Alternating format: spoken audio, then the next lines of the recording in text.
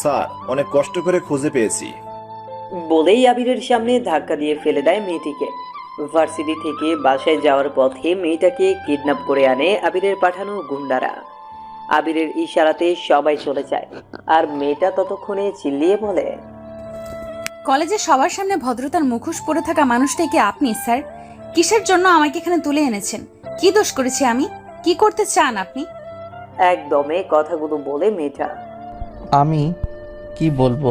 যা বলার সবটাই বলবে তুমি। আমি রেকর্ড অন করে রেখেছি। যা যা অন্যায় আমার সাথে করেছো তার সবটাই স্বীকার করো। সসম্মানে তোমাকে এখান থেকে মুক্তি দিব।